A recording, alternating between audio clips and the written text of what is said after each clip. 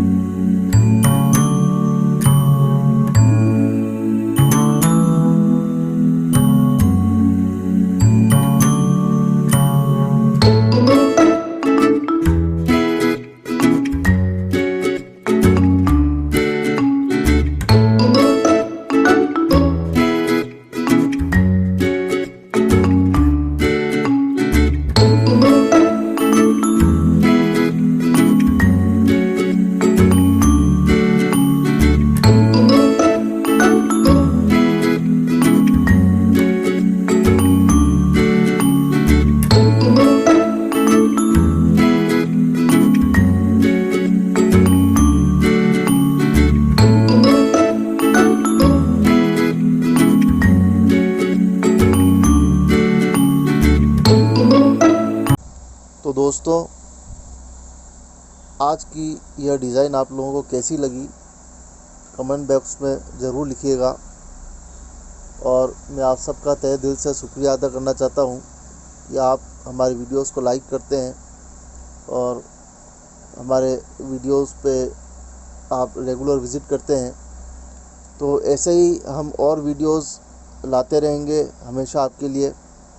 तो प्लीज़ अगर आपको ये वीडियो अच्छा लगे तो आप लाइक कीजिए, सब्सक्राइब कीजिए और हमारे वीडियोस को ज़्यादा से ज़्यादा शेयर कीजिए, जिससे हमारी डिजिटल तलदार की फैमिली और बड़ी हो सके और आप और हम मिलके एक क्रिएटिव एनवायरनमेंट बना सकें। थैंक यू अगेन और आप सबको गणेश चतुर्थी की ढेर सारी बधाइयाँ।